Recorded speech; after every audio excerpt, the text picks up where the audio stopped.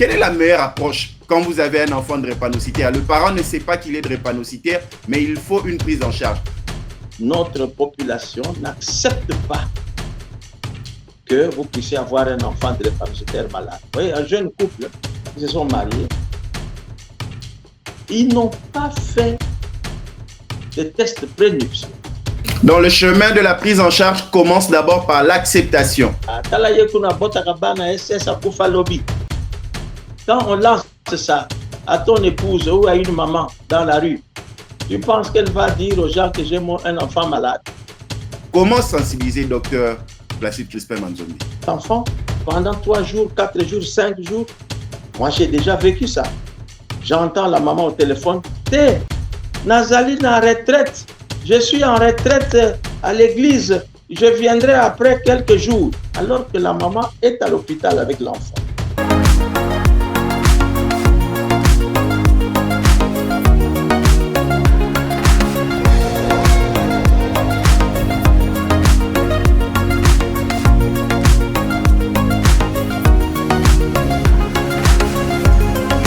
De partout où vous nous suivez, nous sommes dans votre nouveau numéro de votre magazine depuis les États-Unis d'Amérique où nous recevons pour vous le docteur Placide Crispin Manzombi depuis Kinshasa.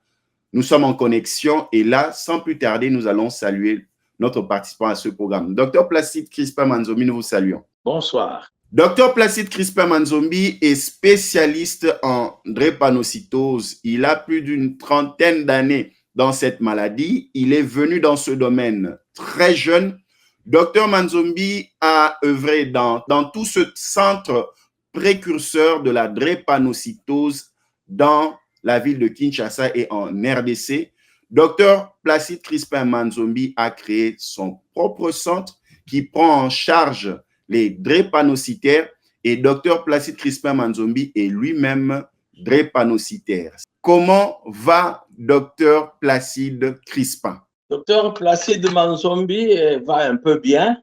Mais plus de 30 ans, il a maintenant exactement 44 ans d'expérience dans les soins des drépanocytaires. 44 ans. Comment savez-vous que vous êtes drépanocytaire? Comment vous l'apprenez? Merci beaucoup pour la question, Symphorien. Je l'ai su un peu tard. J'étais au petit séminaire de Kinzambi, dans le Kwilu, à 40 km de la ville de Kikwit.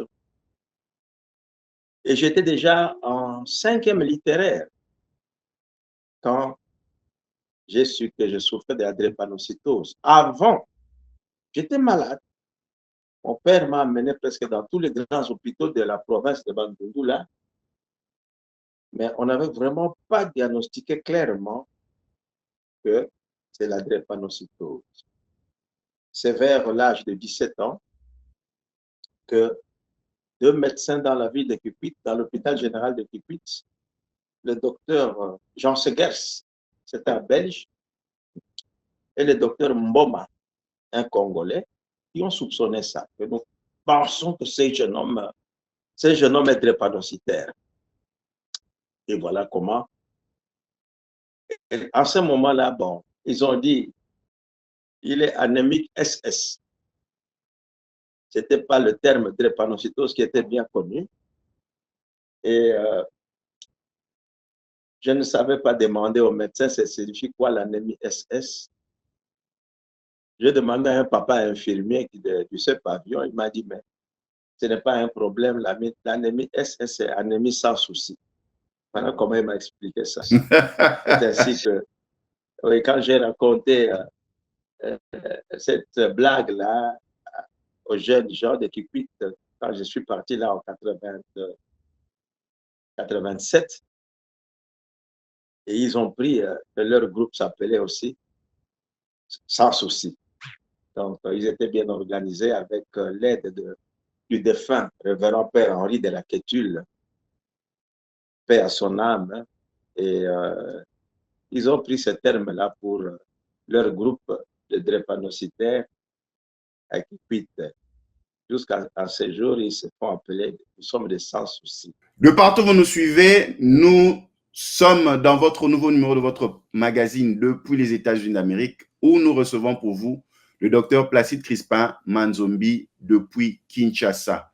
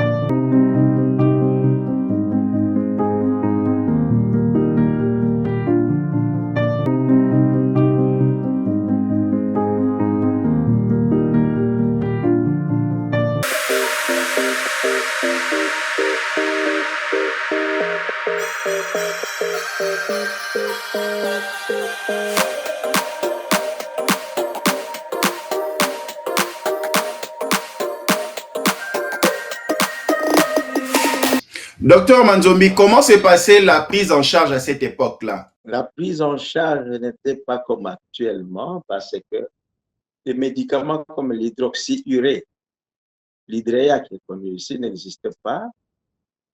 Et la pénicilline sous forme comprimée que nous prenons actuellement n'existait pas. Et même les connaissances sur la maladie n'étaient pas très avancées. On ne comprenait pas très bien. Et comment est-ce que moi j'ai été pris en charge? Mon père m'a amené dans un grand hôpital de la province de Kwilu, l'hôpital de Bongayassa, où il y avait une dame, une demoiselle, Dr Verwingen, qui était vraiment une des têtes de la médecine dans ces contrées-là. Elle a soupçonné, je pense, que j'étais drépanocytaire. Elle m'a mis sous des piqûres, des piqûres de pénicilline retard, qu'on appelle extensiline. Elle a mis ça. Et je prenais chaque mois une piqûre et c'est comme ça que je vivais. Il n'y avait pas autre chose. Et quand il y avait des crises, bon, on faisait des perfusions. Je n'étais pas beaucoup transfusé. J'ai été transfusé quand j'avais 5 ans, la première transfusion, et on m'a transfusé après. Je ne sais pas, je crois à 40 ans. Mais entre-temps, entre 5 ans et 40 ans, je n'avais pas reçu de transfusion. D'une façon générale, je crois que j'ai reçu 6 ou 7 transfusions dans ma vie plutôt, et un échange transfusionnel.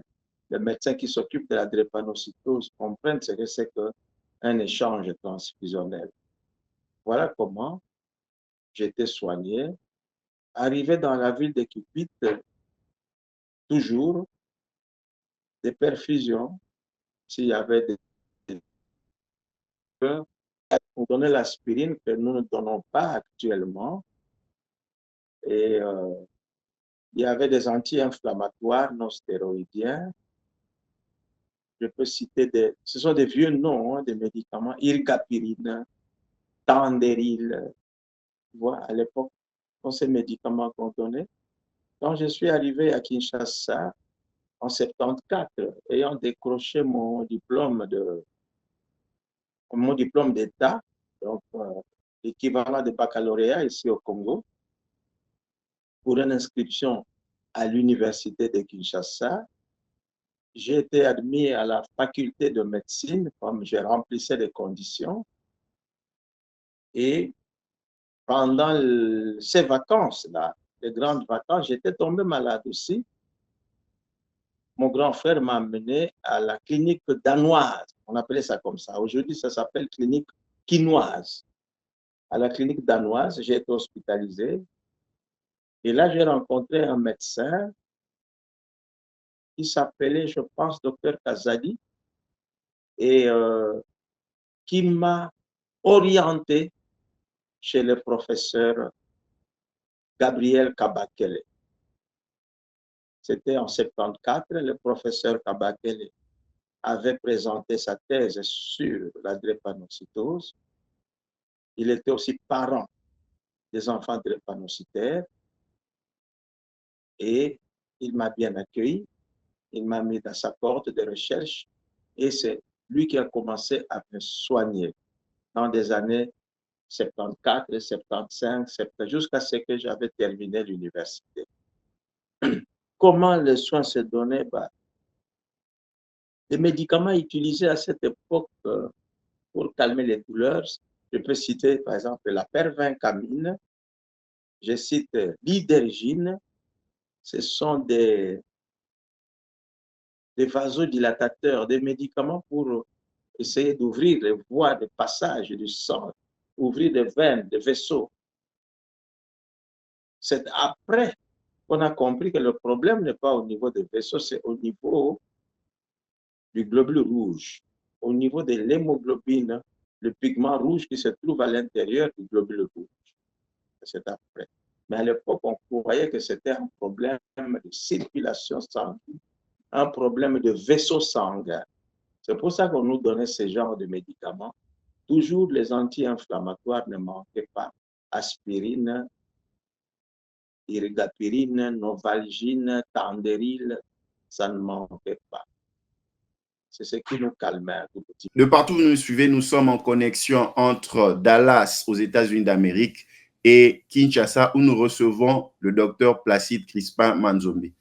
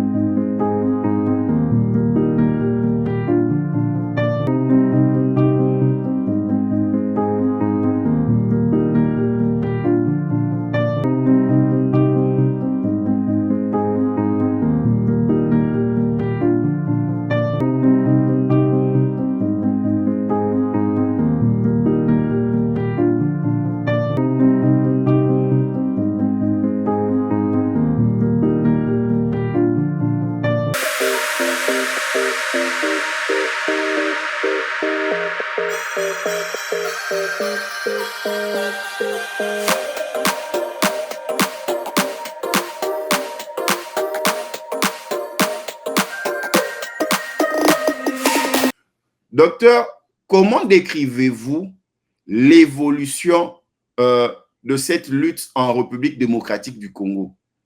Par les toutes premières appellations anémie SS jusqu'à prendre sa forme aujourd'hui actuelle grâce à vous de l'appellation spécifique qui est la drépanocytose. Merci pour la question, Symphorien. C'est vrai. Il y a eu plusieurs étapes. Et la connaissance sur la maladie a évolué aussi. Ce qu'on connaissait en 1950, 60, 70, ce n'est pas la même chose qu'en 2000 et 2020. Ce n'est pas la même chose. Donc, j'ai vécu cette période où la connaissance était vraiment superficielle. On ne connaissait pas à fond c'est quoi la maladie. C'était, vous savez, ce sont dans les années 50, 55, donc 1950, 1955, que des médecins belges ici au Congo informés par des médecins américains. Vous savez que la drépanocytose a été découverte aux États-Unis, là où vous êtes, en 1910, par le docteur James Herrick, vous voyez, qui a découvert cette maladie chez un jeune étudiant africain, comprenez. Et ces médecins anglais-américains ont posé la question en Afrique aux médecins français, aux médecins belges, aux médecins anglais qui étaient ici en Afrique, s'ils remarquaient aussi qu'il y avait des malades comme ça de malformation au niveau des globules rouges. C'est vers les années 50-55 qu'ils ont commencé à le remarquer et ils ont confirmé aux médecins américains que oui, il y en a en Afrique. Vous voyez, les années 55, les recherches commencent au Congo. 1960, ce sont les bruits de l'indépendance. Vous voyez que la recherche, la science et tous ces bruits de l'indépendance, ça ne pouvait pas faire bon ménage. Les médecins belges sont partis et il y a eu coupure. On n'a pas bien évolué jusque dans les années 1970 que des Congolais ont commencé à prendre les choses en main.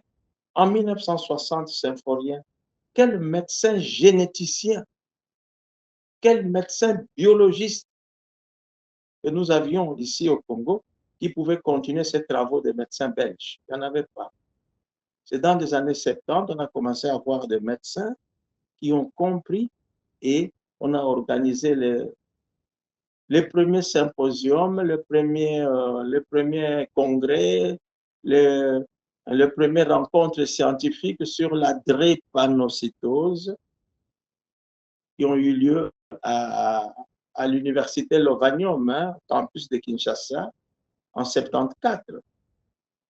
Et il y avait déjà des professeurs Kabakele, des professeurs Ben Samasabi, donc des professeurs congolais et des médecins belges. Je peux citer le docteur Lambot qui travaillait chez Adeline Galiema, le professeur Van de Pitt qui était à l'université, le docteur Courtejoie dans le Congo central, et le docteur Robert Erstein qui était collègue à Courtejoie.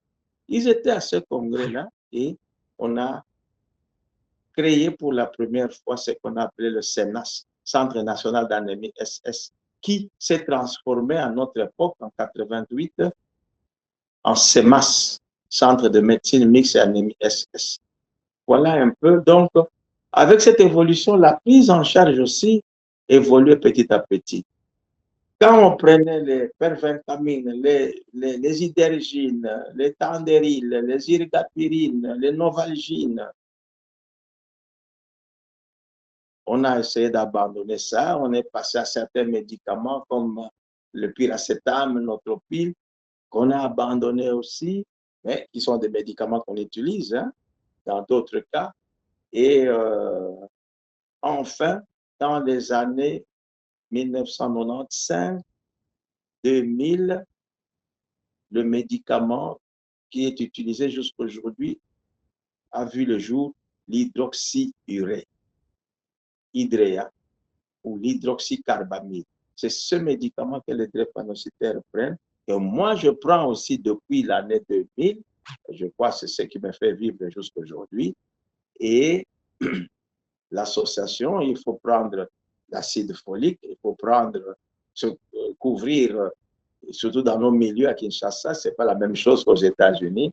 Avec la pénicilline, il faut combattre les vers intestinaux et il faut se protéger par la vaccination contre la grippe, contre le pneumocoque, contre le salmonella, vous voyez, contre l'hépatite B, l'hépatite A, qu'on peut attraper par les transfusions, par des piqûres. Il faut se protéger par beaucoup de vaccins qu'on ajoute chez les drépanocytaires. Voilà un peu cette prise en charge qui est arrivé petit à petit à améliorer tant soit peu la qualité de vie des drépanocytaires par rapport d'il y a 40 ans, il y a 50 ans. Voilà un peu ce que je peux te dire sur l'évolution de la maladie. Et la connaissance même de la maladie aussi, c'est quoi la drépanocytose? Drépanocytose, c'est un mot grec, hein? J'étais déjà, c'est un instrument agricole, un couteau courbé comme ça. Et voilà le drépanocytose. Et cytose, c'est la cellule, donc la cellule en forme de drépanocytose. Et cette cellule-là, quand ça prend cette forme-là, l'hémoglobine qui est là-dedans ne parvient pas à assumer normalement la fonction de l'hémoglobine qui est le transport de l'oxygène à partir des poumons dans toutes les cellules, dans tout le corps. Donc, c'est une hémoglobine de mauvaise qualité qui ne parvient pas à bien jouer son rôle dans l'organisme humain. L'hydroxyurée, hein, excuse-moi, est venu révolutionner un peu la prise en charge et améliorer la qualité de vie des drépanocytaires. Maintenant, il y a d'autres molécules. Il y a d'autres molécules, même aux États-Unis, là-bas, qu'on est en train d'expérimenter, qui ne sont pas encore vraiment entrées dans la prise quotidienne des médicaments, tels que le Vexelotor. Ce sont des molécules, mais ce n'est pas vraiment encore entré. Ici, à Kinshasa, nous n'en avons pas. Mais je crois que là-bas, aux États-Unis, on a commencé à donner aux drépanocytaires. Quand le bébé naît comme tout bébé, mais après... Le bébé, voilà. Le bébé est né, un bébé qui naît comme tout le monde. Et dans les plus atteints, c'est dans les 3 mois que les symptômes commencent. Les moins atteints, c'est après 6 mois. Vous comprenez? Et quand vous voyez un drépanocytaire, nous qui sommes habitués à le voir, je sais vous dire que ça, c'est une personne drépanocytaire. Vous comprenez? Il y a des symptômes. Et quand nous parlons de bébé, le premier symptôme de bébé quand il naît, quand il commence à se présenter, il y a d'abord l'ictère. L'ictère, c'est des yeux qui deviennent jaunes. Vous comprenez, hein? L'ictère est là. Les fièvres, ces bébés-là développent beaucoup de fièvre. Les pleurs, parce qu'il y a des douleurs. Les gonflements des doigts et des orteils. Ce sont des symptômes de la drépanocytose. Vous comprenez? Et s'il y a ictère, après, il y aura au niveau des paupières la blancheur, donc la pâleur. Les mamans et les papas, les parents, la communauté ne doivent pas se fier à dire que c'est asymptomatique à partir de ce qu'ils apprennent. La drépanocytose a des symptômes, même si vous êtes bébé, jusqu'à l'âge évolué, vous avez des symptômes. Vous avez des symptômes, c'est question de connaître ça. C'est peut-être ceux qui disent que c'est asymptomatique parce qu'ils n'ont pas l'habitude de voir ces malades-là. Question de connaître les symptômes. Et le symptôme qui soulève souvent des parents pour aller à l'hôpital, c'est misoyamwane komipembe, la pâleur conjonctivale. Et quand vous arrivez à l'hôpital, on vous dit que non, cet enfant n'a plus de sang, il faut le transfuser. Beaucoup de parents se rendent compte qu'ils ont un enfant drépanocytaire en ce moment-là. Eux-mêmes ne comprennent rien. Pourquoi l'enfant pleure à la maison? Pourquoi l'enfant fait de la fièvre à répétition? Et voilà, un jour, il a, je ne sais pas, 6 mois, 8 mois, 10 mois, et il n'a pas de sang, il faut le transfuser. Voilà. De partout où vous nous suivez, nous sommes en connexion entre Dallas, aux États-Unis d'Amérique, et Kinshasa, où nous recevons le docteur Placide Crispin Manzombi.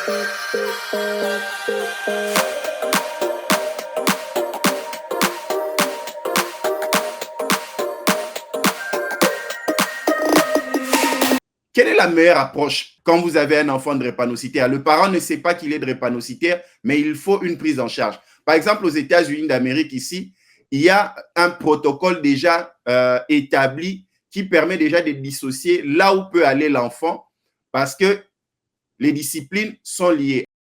Vous savez, Symphorien, la comparaison entre les deux, les États-Unis et le Congo, RDC, c'est difficile. Hein?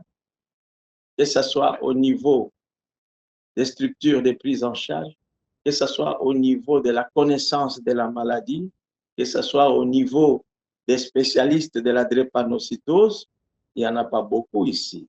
Comprenez? Et la connaissance, les parents. Vous avez un bébé, vous êtes papa, vous êtes maman, un bébé qui fait de la fièvre, qui tombe malade, qui a des yeux blancs, vous irez où? Vous irez voir un pédiatre. C'est tout à fait normal. Et dans un premier temps, on ne comprend pas et il y a une notion très importante.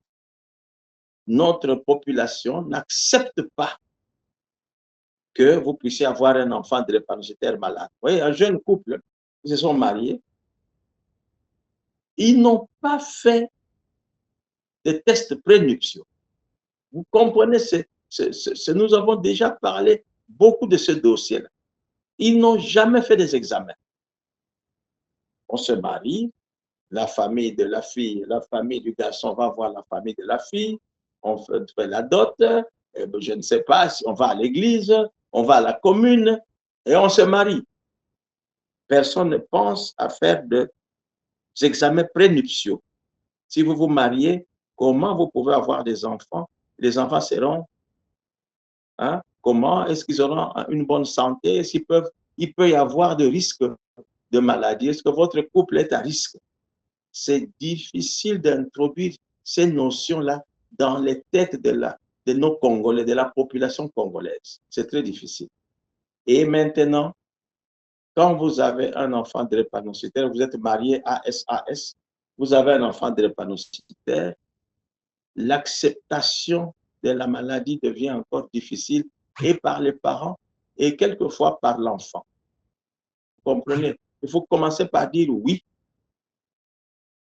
J'ai été imprudent, j'ai eu un enfant malade, j'accepte ça. Ça, le passage à ce niveau-là est très difficile.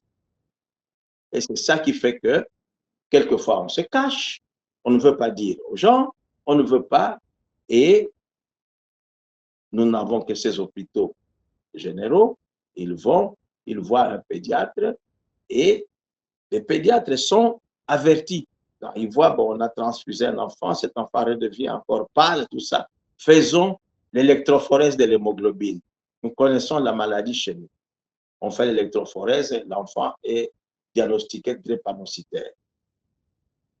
Maintenant, il faut que les parents acceptent ça d'abord, avant que l'enfant lui-même l'accepte.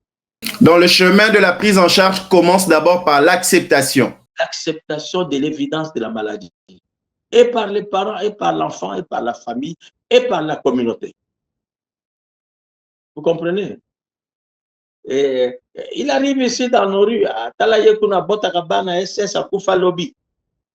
Quand on lance ça à ton épouse ou à une maman dans la rue, tu penses qu'elle va dire aux gens que j'ai un enfant malade? Vous comprenez? L'acceptation, c'est quelque chose de capital. Quand on accepte, alors on se bat pour vivre avec. C'est comme ça.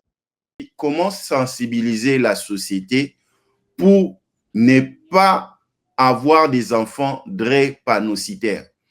Mais aujourd'hui, dans la même famille, il y a des enfants drépanocytaires qui naissent. Comment sensibiliser, docteur Placide Crispin Manzombi? C'est le gros problème. C'est vraiment la lutte que nous menons. Et je ne sais pas si nous réussirons avant de quitter ce monde. C'est la lutte.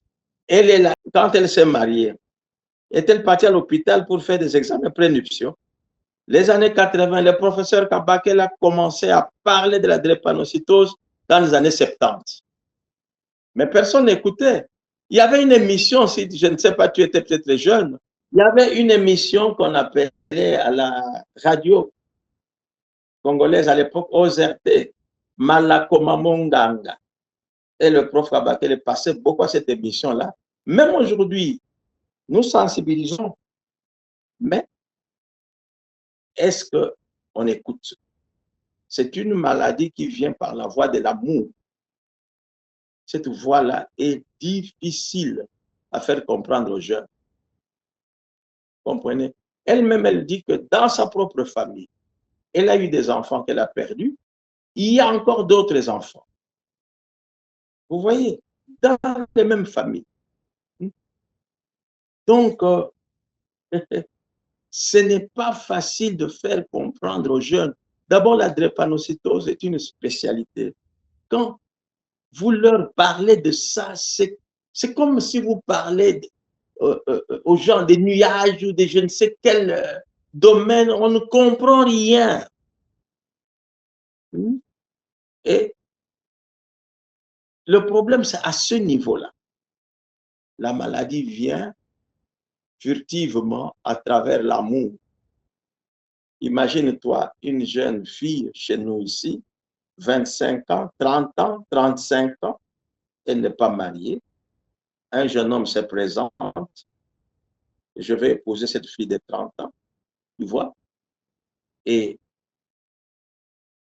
quel est le parent qui va commencer à dire non? Ma fille a 30 ans, mais faites d'abord un examen avant de vous marier. Vous comprenez? Donc, c'est un point très important, même si on parle, même si on sensibilise, la maladie vient par la voie de l'amour, c'est très difficile. C'est ainsi que moi, docteur Manzombi, j'ai déjà déposé à notre Parlement, avec l'aide de députés, une loi qui ne va pas interdire, mais une loi qui peut réhabiliter ce que nous appelons le certificat prénuptial. Ça a existé dans notre pays. Quand je te parlais de médecins belges qui sont partis dans les années 60, ils ont introduit un certificat prénuptial dans le pays. Mais qui pouvait continuer ça quand le Belge était parti? Nous avons trouvé dans des tiroirs de nos hôpitaux, dans les années 70, des années 80, des certificats prénuptiaux qu'on faisait faire aux Congolais avant de vous marier. Nous voulons réhabiliter ce certificat, mais c'est tout un problème symphorien, je vous dis. Je ne sais pas si ça arrivera demain ou après-demain, je ne sais pas. Mais la drépanocytose nous tient à la gorge ici. Si nous ne comprenons rien, la drépanocytose va continuer à nous causer du tort. Je suis convaincu que une des voies pour réduire l'incidence, donc les naissances des drépanocytaires, c'est réhabiliter le certificat prénuptial, donc le certificat avant mariage. Là-dedans, il y a ces examens d'électrophorèse. Évidemment, il y a d'autres examens comme l'examen du sida.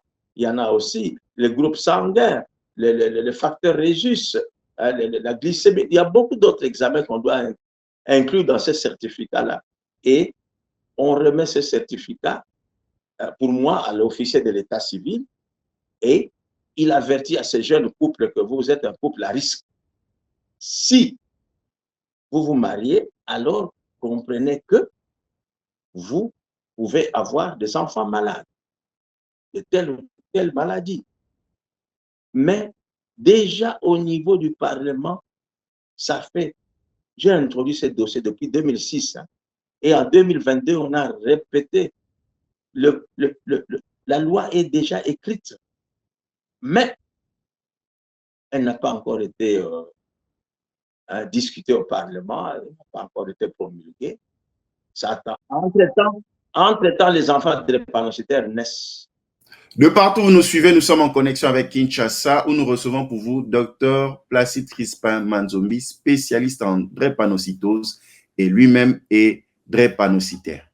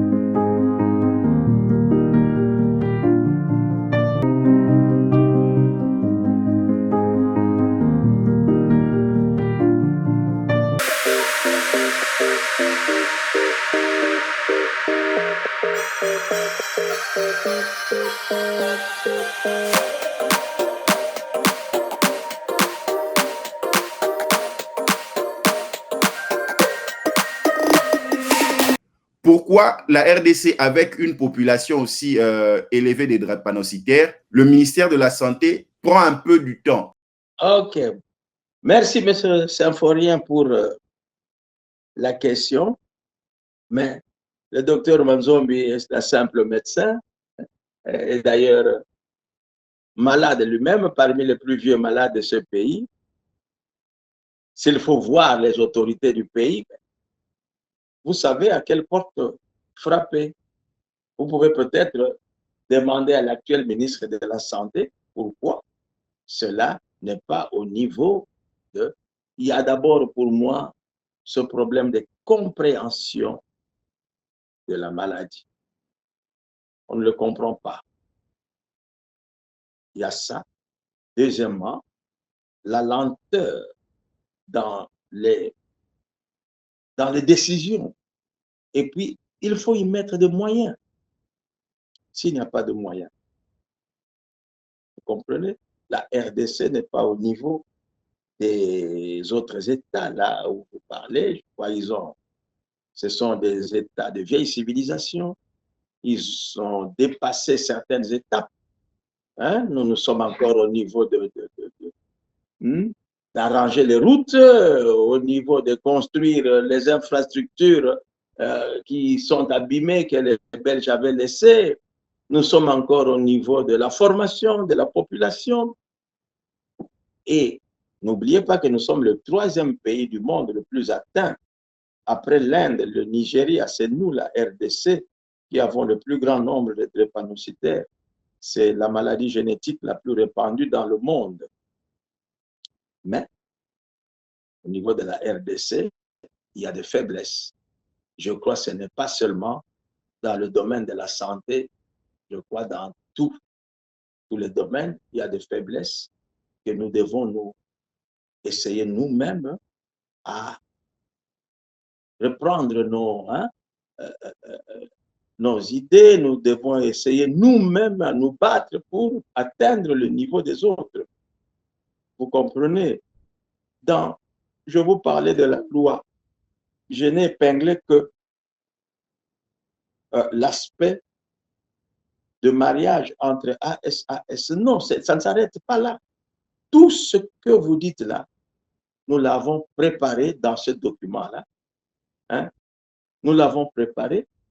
La protection du sujet drépanocytaire en milieu familial, communautaire, scolaire, professionnel. Tout ça est préparé. Il reste que la mise en exécution. L'exécution, ce n'est pas moi. Vous comprenez? Madame peut peut-être avoir des frères ou des sœurs ou qui sont au Parlement, qui sont à la présidence, qui sont, je ne sais pas, dans des ministères. Ils n'ont pas parlé. Vous comprenez? Je ne sais pas faire autrement parce qu'il y a dans notre pays, dans cette maladie, je suis là-dedans depuis plus de 40 ans, 44 ans maintenant. Dans cette maladie, il y a un réflexe que je n'admire pas. Je ne refuse pas cela, mais c'est un mauvais réflexe qui fait que nous reculer justement. Quand une famille a eu un enfant drépanocytaire, quand c'est une famille aisée, une famille qui a des moyens, le réflexe c'est quoi? Prendre l'enfant, l'envoyer en Europe. Vous comprenez, Symphorien? Nous avons plusieurs cas ici aux États-Unis. Aux États-Unis, croyant résoudre quelque chose à la base, non? Vous avez envoyé celui-là. Mais dans votre famille, parce que c'est une maladie familiale, dans votre famille, la drépanocytose n'est pas terminée. Quand il y aura encore une autre naissance de drépanocytaires, vous allez envoyer encore en Europe. Et quand on envoie en Europe, on croit qu'on croise les bras, c'est fini. Ce réflexe, c'est pendant 40 ans, tout le monde, toute famille drépanocytaire qui a un peu de moyens ou qui a eu un peu de moyens, le réflexe, totinda mwana na poto. Et puis, on ferme les yeux. Vous voyez, on croit qu'on a résolu le problème, alors qu'on a fait que la politique de l'autruche, on a mis la tête dans du sable, alors que le danger reste permanent. Vous comprenez? C'est ce mauvais réflexe que nous avons qui fait que nous n'évoluons pas. Battons-nous ici, mettons-nous ensemble. Chacun veut résoudre son petit problème de drépanocytaire chez lui, sur son dos, derrière. Tu sais que j'ai soigné des familles. Un enfant drépanocytaire à 20 ans. Il n'y a que le papa et la maman qui savent que cet enfant est drépanocytaire. Ni la tante, ni l'oncle, ni personne dans la famille ne le sait. Tu comprends ça?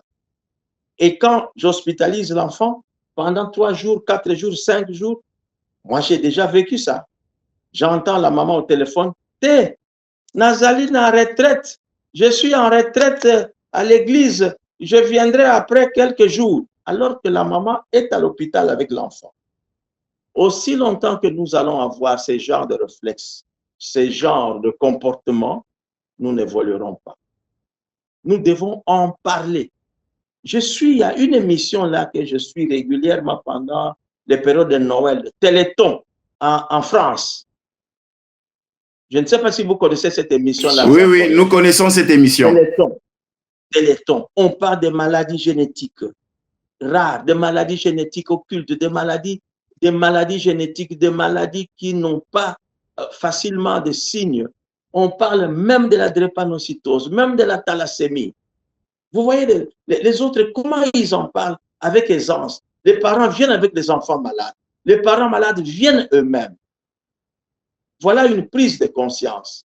Et moi, toujours depuis 5 ans, 6 ans, si ça doit terminer ici à 3 heures du matin, je reste, je suis Téléthon jusqu'à la fin. Et on récolte de l'argent. La fois passée, écoutez, 79 millions d'euros, ce n'est pas de la blague, qu'on a récolté l'année passée. Cet argent-là va à la recherche, va chez des malades et va un tout petit peu à l'impôt et puis aux organisateurs. Mais si vous donnez 20 millions à la recherche au Congo, mais la recherche va bien évoluer.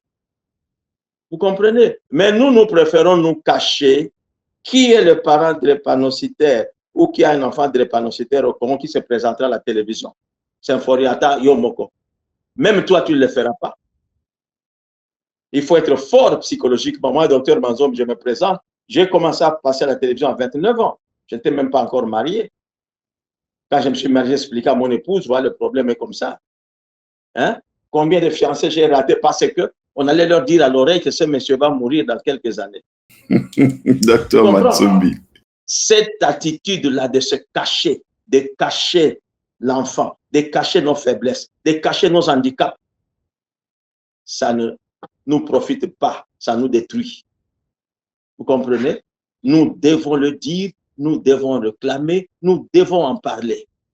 Si nous n'en parlons pas, Symphorien, j'ai tenté par tous les moyens de prendre un groupe de parents, de drépanocytaires marchants, allons jusqu'au niveau du palais, allons jusqu'au niveau de la présidence, posons le problème. Tout le monde refuse. Mais là-dedans, il y a des familles des ministres, il y a des familles des honorables, il y a des familles, je ne sais pas, des gens qui travaillent à la présidence, il y a des familles de grandes personnalités, des médecins, des professeurs, des... Que voulez-vous qu'on fasse? C'est notre mauvaise culture qui fait ça. Mais espérons que nous changerons un jour pour arriver au niveau des autres. De partout où nous suivez, nous sommes en connexion entre Dallas, aux États-Unis d'Amérique, et Kinshasa, où nous recevons le docteur Placide Crispin Manzombi.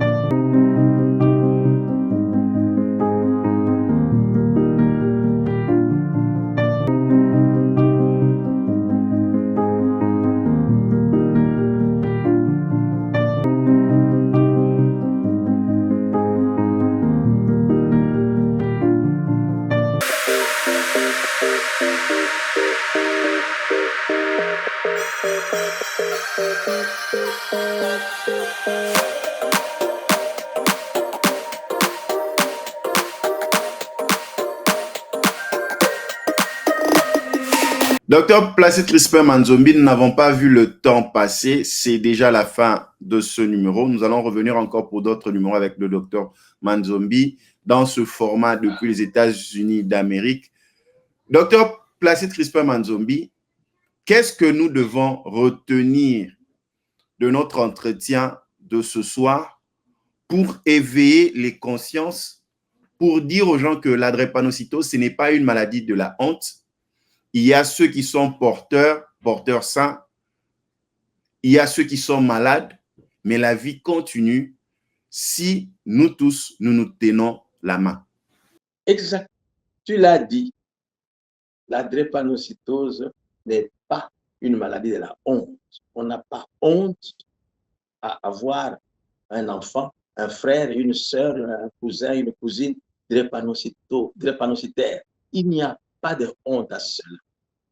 La victime, c'est l'enfant. Mais les personnes qui ont donné la maladie à l'enfant, ce sont les parents, le papa et la maman, qui ont donné le S là à l'enfant. Les deux. Ça ne vient pas d'un côté. Les deux. Vous comprenez? Mais ces personnes-là, quand ils commencent à comprendre un peu que la maladie vient de nous, les parents, c'est nous qui avons donné à cet enfant, ils commencent à se cacher. Ce n'est pas une maladie de la honte. L'enfant drépanocytaire n'est pas parti ramasser la maladie dans la rue ou quelque part. Non. C'est une personne qu'il faut aider. La maladie se trouve dans notre sang, dans nos chromosomes, dans notre corps. Et cette maladie est évitable, facilement évitable. Si nous évitons de nous mettre ensemble, porteurs sains, AS, qui se marie ou qui fait un enfant avec une autre personne porteur AS, si nous évitons ça, nous éviterons la maladie. C'est la seule chose à faire. Mais comment arriver à faire comprendre à notre population que faites les tests avant d'avoir de projet de mariage, avant d'avoir de projet d'enfants. Faites des tests. C'est ça le gros problème. C'est à ce niveau-là seulement qu'on peut l'éviter. Après, quand l'enfant drépanocytaire est né, il est né, c'est fini. Vous ne pourrez rien faire d'autre. Vous vous battez, vous cherchez à l'Internet des solutions impossibles. Il n'y en a pas. Évitez seulement d'avoir des enfants drépanocytaires. De partout où nous avez suivi, nous étions en connexion entre Kinshasa, en République démocratique du Congo, et le Texas, aux États-Unis d'Amérique, où nous avons eu le plaisir de rencontrer à nouveau le docteur Placide Crispin Manzombi pour nous sensibiliser par rapport à la drépanocytose. De partout où nous avez suivi, restez branchés à nos programmes. À la prochaine. Que Dieu vous bénisse. Ciao.